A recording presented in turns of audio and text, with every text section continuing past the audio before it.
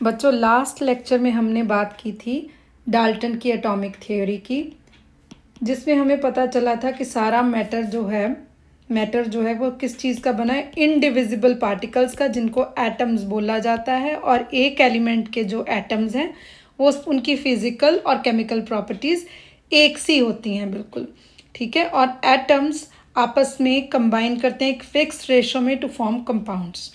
अब उसके अंदर चलें, एटम के अंदर कि क्या एटम, क्वेश्चन करना है हमने कि क्या एटम रियली इंडिविजिबल है, राइट, या किसी और चीज़ का बना है।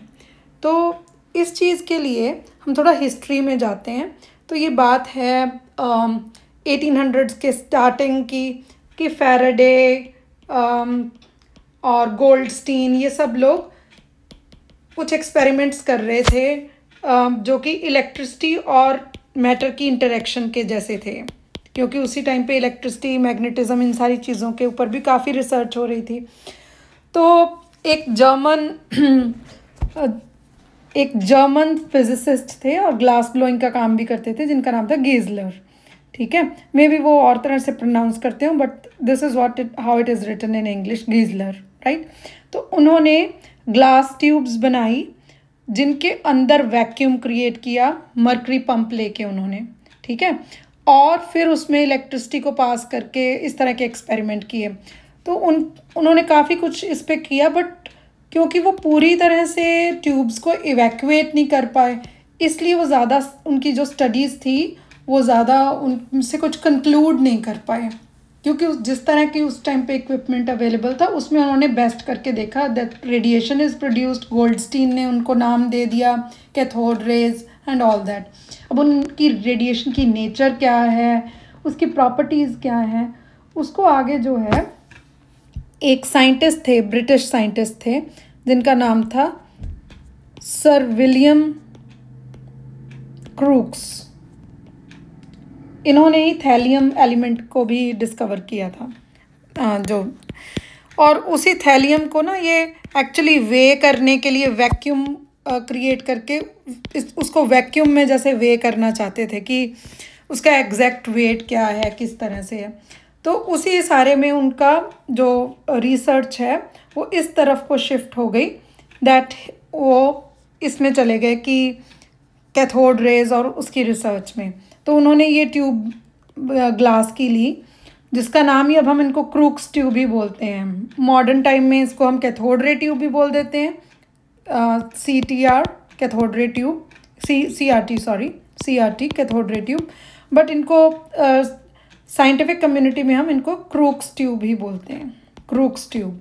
अब ये जो क्रूक्स ट्यूब है, इसमें ये वाला पार्ट कैथोड है, ये एनोड है, और इनको कनेक्ट किया है हाई वोल्टेज सोर्स से। हाई वोल्टेज सोर्स है यहाँ पे, ठीक है। तो यहाँ पे ऐसे है कि इनको कनेक्ट किया है हाई वोल्टेज सोर्स,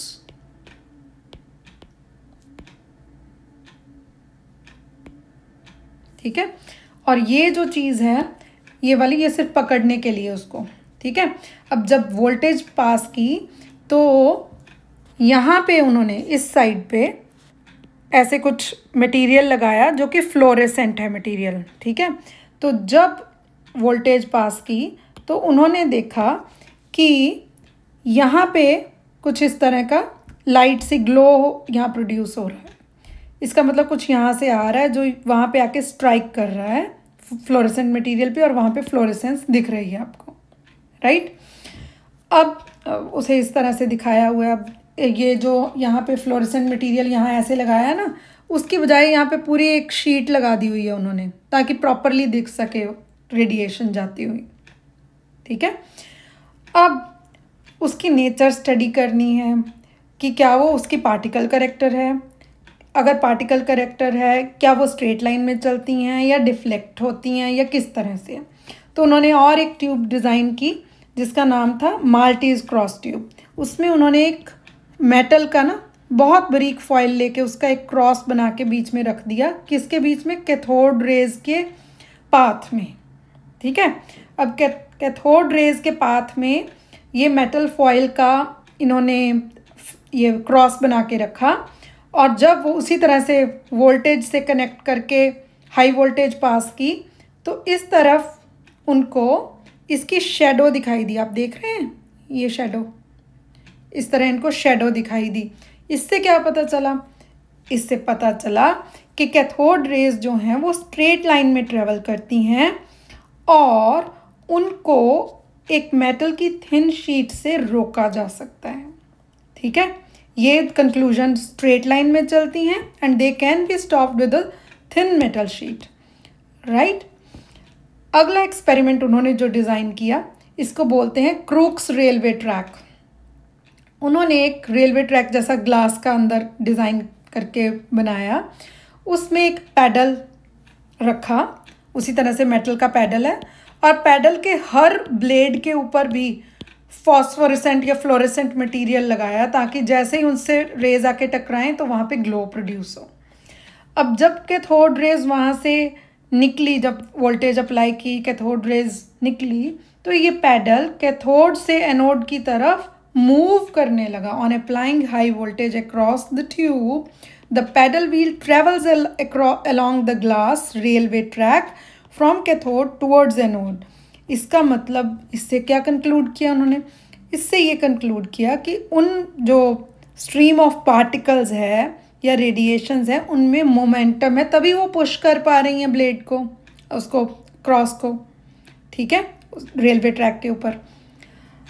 उस सब्सिक्वेंट जो साइंटिस्ट ने बाद में स्टडी की तो उन्होंने कहा कि रेज का मोमेंटम तो डेफिनेटली है, बट उसका जो मैग्नीट्यूड है ना, मतलब जितना मोमेंटम है वो एनफ नहीं है इस पैडल को आगे मूव करने के लिए।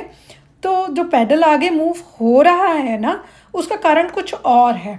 ठीक है, थॉमसन ने वो बताया कि वो रेडियोमेट्रिक इफेक्ट है कि अंदर थोड़ी बहुत एयर है, वो एयर जो है वो कैथोड रेज के कारण हीट अप हो जाती है और उसके कारण ये पैडल आगे आगे मूव कर रहा है, राइट। इन दो चीज़ों के अलावा भी क्रूक्स ने इनके ऊपर बहुत सारी स्टडीज़ की, इन रेडिएशंस के ऊपर स्टडी की। कैसे कि रेडिएशन के इर्द गिर्द मैग्नेट ला के देखा। जब मैग्नेट लेके आए तो देखा कि वो, अगर मैंने मैग्नेट यहाँ रख दिया, सपोज़ यहाँ पे ऐसे मैग्नेट रख दिया मैंने, ठीक है, तो उन्होंने देखा कि ये जो रेडिएशन है ये डिफ्लेक्ट हो जाती है। ठीक है, रेडिएशन जो है वो डिफ्लेक्ट हो जाती है। अगर आप नॉर्मल लाइट को, जैसे लेज़र लाइट लो, आप सबके पास लेज़र पॉइंटर कहीं ना कहीं होगा घर में, तो उस पॉइंटर के पास मैग्नेट रख के देखो तो कुछ फ़र्क नहीं पड़ता। तो अगर सिंपल लाइट होती तो मैग्नेट से कोई फ़र्क नहीं पड़ना चाहिए था, बट अगर मैग्नेट के होने से ये रेडिएशन ऐसे डिफ्लेक्ट हो रही है, इसका मतलब है कि वो रेडिएशन एक्चुअली में लाइट नहीं है, सिर्फ वो कोई चार्ज्ड पार्टिकल है। क्योंकि हमें ये पता है मैक्सवेल्स की थ्योरीज से कि जो मूविंग चार्ज पार्टिकल होते हैं ना, मूविंग चार्ज पार्टिकल जो होते हैं वो they get deflected by the presence of magnetic field, right. तो ये सारा कुछ जो था वो सर विलियम क्रूक्स ने किया, राइट। पर इसके आगे की जो बात है, because it is always like जब आप पहली सीढ़ी पे कदम रखते हो, वही कदम रखा हुआ आपको दूसरी सीढ़ी पे लेके जाता है, आप सीधे जंप नहीं कर सकते। तो इन्होंने कुछ काम किया जिसको बेस बना के आगे, विलियम क्रूक्स के काम को बेस बना के आगे जे थॉमसन ने काम किया, जिससे कि इलेक्ट्रॉन के होने की पुष्टि हुई। ठीक है, तो आई होप इससे आपको थोड़ा सा एक बैकग्राउंड, इससे कोई क्वेश्चन नहीं पूछा जाएगा, but it will tell you the story behind the discovery of electron, right. Thank you.